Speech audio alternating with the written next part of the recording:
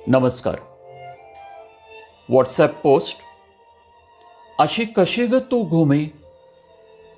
लेखिका अर्चना अनंत. सीमाला जाऊन महिना झाला होता. 15 दिवस थांबलेली पाहुणे मंडळी आपापल्या घरी गेली होती. मुलगा US ला आणि मुलगी कोलकात्याला जॉब करीत होती. तेही निघाले.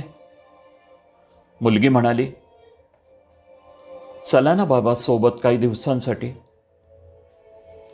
मात्र सुधीरनी नकार दिला. रात्री त्याला भयंकर शांत वाटू लागलं. 35 वर्षाच्या सहजीवनात असं कधीच एकटं राहण्याचा प्रसंग आला नव्हता. त्याला सीमासोबत घालवलेले दिवस आठवू लागले. कधी भांडण तंटा झालेला सुद्धा आठवत नव्हता. आपण कितीही आदळआपट केली तरी सीमा मात्र शांतच राहायची. लोकांच्या दृष्टीनं एक आदर्श जोडी.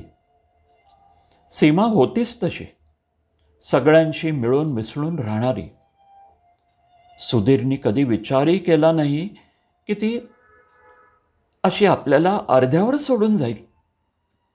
सीमा सीमा तुझ्याशिवाय जीवन ही कल्पनाच करत नाही ग. कसं जगू मी सीमा. सुधीरला हुंदका अनावर झाला. सीमाचं लग्न झालं तेव्हा ती 20 वर्षाची. लग्नानंतर प्रायमरी शिक्षकेची नोकरी लागली. नोकरी घर सांभाळत नेटानं संसार केला. मुलं चांगली शिकली, चांगल्या पदावर नोकरीला लागली. मुलामुलींचं लग्न झालं. आत्ताच कुठे सीमा सेवानिवृत्त झाली होती. किती ठरवलं होतं की निवृत्त झाल्यावर दोघेही मस्त फिरू. सगळं छान असताना अशी अचानक निघून गेलीच. अचानक हार्टफेल झाला. लक्षातच आलं नाही. अगदी शेवटच्या क्षणी लक्षात आलं. वेळच मिळाला नाही ट्रीटमेंट घ्यायला आणि अचानक निघून गेले. सुधीरनी डोळे पुसले आणि कपडे बदलायचे म्हणून कपाट उघडलं. त्याला हवा तो शर्ट दिसत नव्हता म्हणून वरच्या कप्प्यात हात घातला. एक डायरी खाली पडली. थरथर त्या हातानं डायरी उघडली. त्याने डायरी वाचायला सुरुवात केली. सीमाने लिहिले होते. दिनांक: नुकतंच लग्न होऊन महिना झालाय. घरचं वातावरण फार विचित्र आहे. सासू सासरे सतत भांडत असतात आणि भावाभावात पण विशेष पटत नाही. नवरा तसा चांगला, परंतु मी म्हणेल ती पूर्व दिशा म्हणणारा. 1-2दा काही बोलून पाहिलं, पण तो आपलं ऐकणार नाही हे कळलं. त्यामुळे तुम्ही म्हणाल तसं असं म्हणून जगायचं ठरवलं. पुढे बरंच काही लिहिलं होतं. तो पान पलटवत होता. पुढे: आज आमच्या लग्नाचा पहिला वाढदिवस. यांना म्हटलं, आपण बाहेर जाऊ, सिनेमाला जाऊया आणि बाहेरच जेऊया का. तर म्हणाले, मला नाही आवडत. तुला खायचं असेल तर चल, तू खा, मी तुला सोडतो हॉटेलला. अरे, हे काय बोलणं झालं. मला काय खायला जायची हौस होती. मैत्रिणी सांगायच्या, लग्नाच्या वाढदिवसाला आम्ही बाहेर फिरायला गेलो, नवऱ्यानं गिफ्ट दिलं. फार हेवा वाटायचा, कारण इथे काहीच आवडत नव्हतं. काही म्हटलं तर चिडचिड आणि भांडण. त्यानंतर मी बाहेर चला असं म्हणणंच सोडून दिलं. दिनांक: माझा मुलगा 5 वर्षाचा आहे. माझ्याकडे आई आली होती. आमच्या गप्पा गोष्टी सुरू होत्या. मुलांनी खाताना इकडे तिकडे सांडवलेलं. हे बाहेरून आले. कचरा पाहून डोकं फिरलं. बडबड सुरू झाली. मी म्हटलं, करते ना साफ, थांबा थोडा वेळ.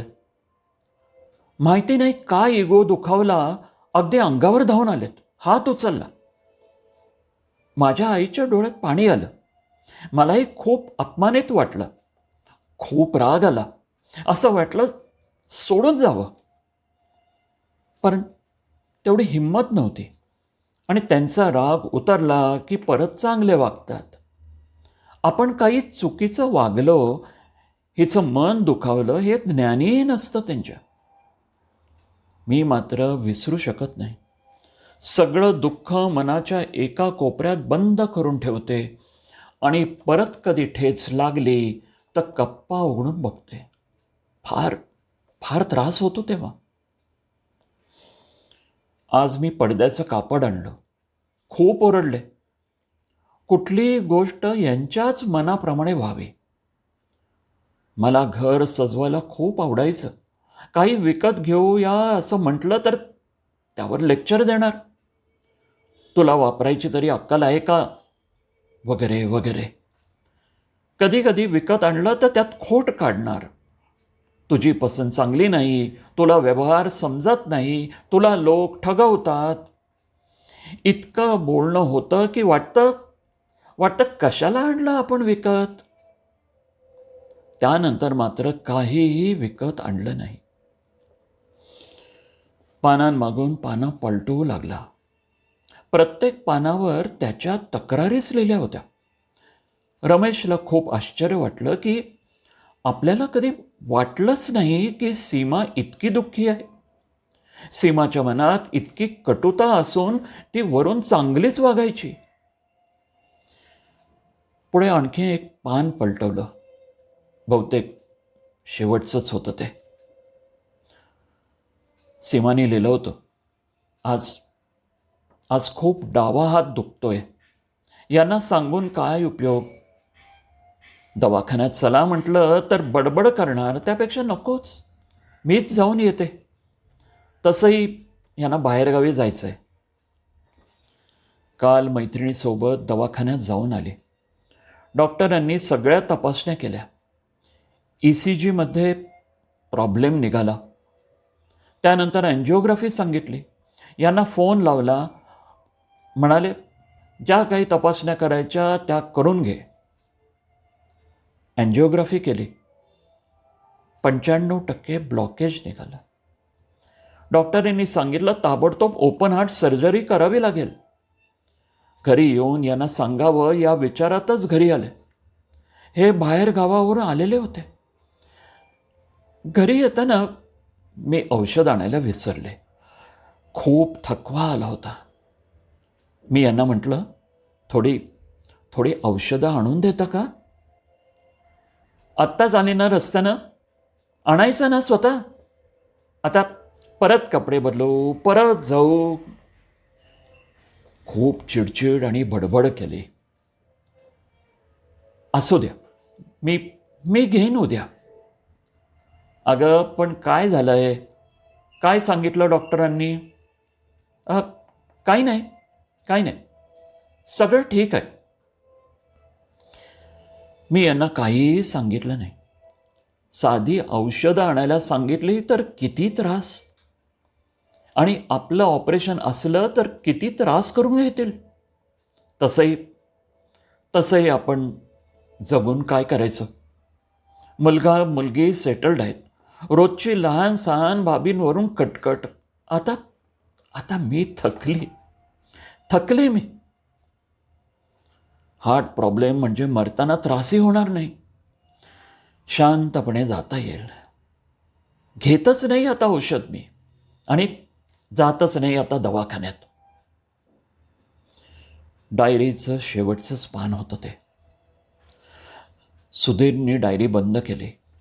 डोळ्यातून अश्रू वाहू लागले.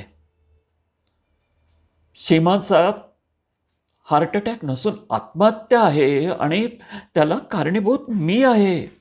सीमा, माझं वागणं तुला पटत नव्हतं तर तेव्हाच विरोध करायचा ना. तुझ्या मनात एवढा असंतोष होता हे कधी मला कळलंच नाही सीमा. मला वाटायचं आपण एकरूप आहोत, परंतु नाही. तुझं शरीर फक्त माझ्यासोबत होतं आणि तुझं मन ते तर कधी माझं झालंच नाही. का का वागली तू अशी सीमा? का वागलीस? कोणत्या गुन्ह्यांची शिक्षा दिलीस तू मला सीमा? सीमा, सीमा, मी तुला समजूच शकलो नाही आणि तू मला समजून घेतलं नाहीस ग. मी तू आणि मी वेगळे आहोत असं कधी विचारच केला नाही मी. मला वाटायचं मी माझा निर्णय तुला सांगतोय आणि तो तुला पटतोय, तुझ्यावर लादतोय असं कधी मला वाटलंच नाही सीमा. तुझं मन मला मला कधी वाचताच आलं नाही. पण सीमा, सीमा, सीमा, अगं एकदा बोलायचं होतं ग, व्यक्त व्हायचं होतंच ना. भांडलो असतो कदाचित, परंतु परंतु कदाचित मला तुझं म्हणणं पटलंही असतं. नसतं पटलं तर निदान मला अपराधीपणाची भावना घेऊन तर जगावं नसतं लागलं ना. सीमा, सीमा, कशी ग घुमी तू? कशी ग घुमी तू? धन्यवाद. लेखिका अर्चना अनंत.